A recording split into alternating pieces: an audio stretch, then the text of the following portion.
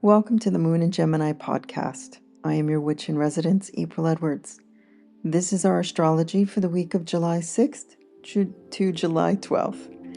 This week is not loud in the same way last week was, but it is consequential. We are still moving through Mercury retrograde in Cancer. Emotional memory is active, old stories are returning. Conversations may feel more charged than the words themselves would suggest. And this week, the sky asks us to become more honest about what we are carrying. The Sun in Cancer squares Saturn in Aries. Neptune stations retrograde in Aries. Venus enters Virgo. Venus trines Chiron, opposes the North Node, and the North Node sextiles Chiron at the same time. And by the end of the week, the Sun meets Mercury retrograde in Cancer, bringing a moment of insight within the retrograde cycle. So the theme is clear. This week asks us to separate emotional truth from emotional habit, to recognize where old protection has become restriction, and to listen carefully to the message beneath the memory. July 6th, we begin the week with Sun in Cancer square Saturn in Aries. The Sun in Cancer wants emotional safety. It wants belonging, protection, care, and a sense of home. Saturn in Aries asks for self-command.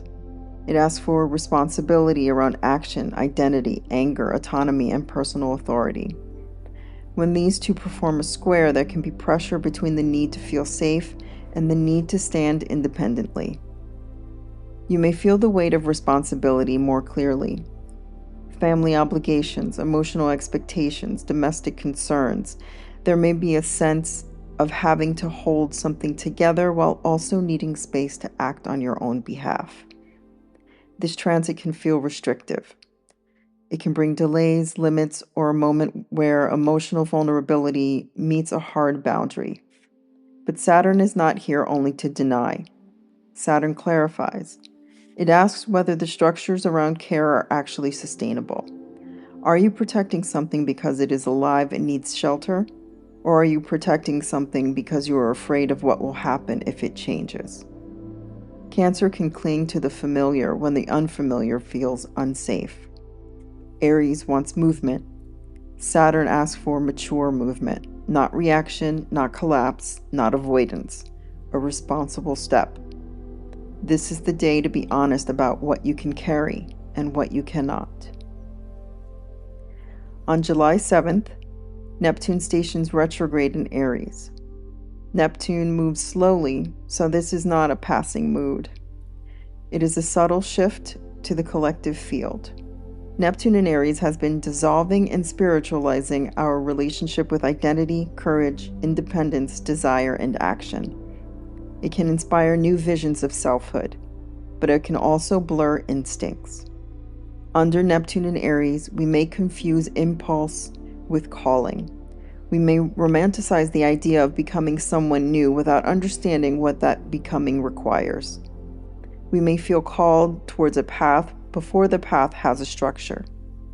When Neptune stations retrograde, the dream turns inward. The glamour begins to thin. We may begin to see where identity, fantasy, ambition, or personal crusade has been built on projection. This does not mean the dream is false, but it may not be complete. Neptune retrograde asks, what vision of myself have I been chasing? Is it rooted in truth? Or is it an escape from the self I have not yet accepted? Because this station happens while Mercury is retrograde in Cancer, the past may be involved. Old emotional patterns may shape new ideas more than we realize. A new beginning may actually be a familiar defense wearing different clothing. Pause before declaring certainty. Let the dream reveal what it is made of. July 9th, Venus enters Virgo. This changes the tone of love, pleasure, beauty, money, and relationship. Venus in Leo wants warmth, visibility, devotion, and expression. Venus in Virgo becomes quieter, more discerning, more practical. This is love through attention, care through usefulness, devotion through consistency. Venus in Virgo asks, what actually helps? What improves the situation? What is worthy of my time, energy, money, and care? This is not the most theatrical placement for Venus, but it is deeply meaningful. Venus in Virgo notices what others overlook. It remembers the detail. It repairs what has frayed. It expresses love by making life more livable. But the shadow is criticism, perfectionism, the belief that love must be earned through usefulness, the belief that pleasure is only allowed after everything has been fixed. As Venus enters Virgo, notice where discernment becomes self-denial. There is wisdom in refinement, but not everything sacred needs to be corrected. Some things need to be received as they are. On July 10th, Venus in Virgo trines Chiron in Taurus. This is a gentle but important Earth trine. Venus in Virgo wants to improve the conditions of daily life. Chiron in Taurus reveals wounds around worth, safety, resources, the body, money, and the ability to receive. Together they offer practical healing. Not dramatic healing, not catharsis, something simpler.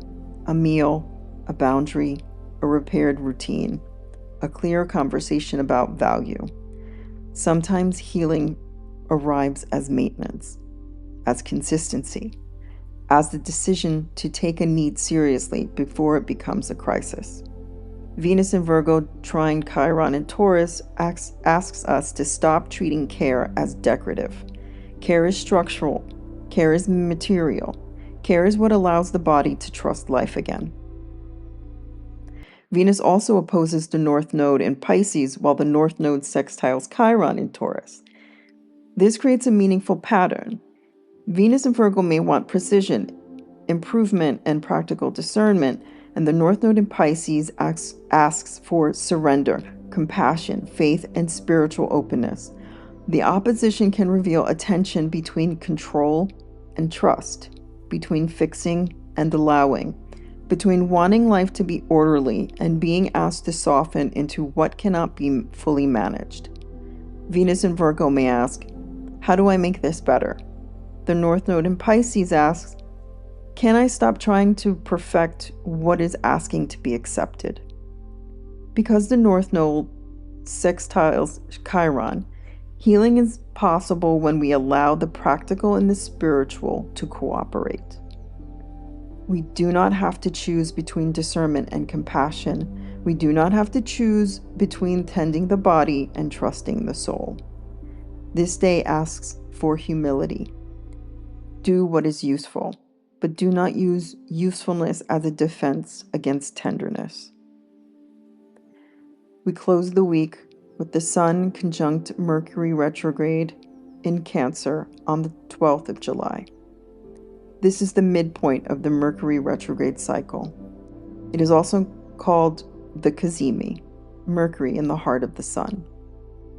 During a retrograde, this conjunction can bring a moment of illumination, not necessarily final answers, but a message, a recognition, a sentence that clarifies the emotional story.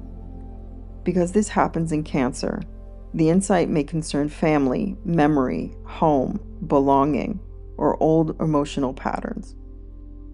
Something may finally be named. You may understand why a conversation affected you so deeply. You may recognize the younger part of yourself inside a present reaction. You may see the issue was never only about the current situation. It was about the memory underneath it. The sun burns through fog. Mercury gives language. Together in Cancer, they may reveal the story beneath the story. Listen carefully today, not only to what is said, to what is remembered, to what your body recognizes, to what becomes impossible to keep explaining away. This is not the end of the retrograde. It is a turning point within it. The message that arrives now may need time to develop. Write it down. Sit with it. But do not rush to make it final. This week moves through pressure, disillusionment, refinement, healing, and insight.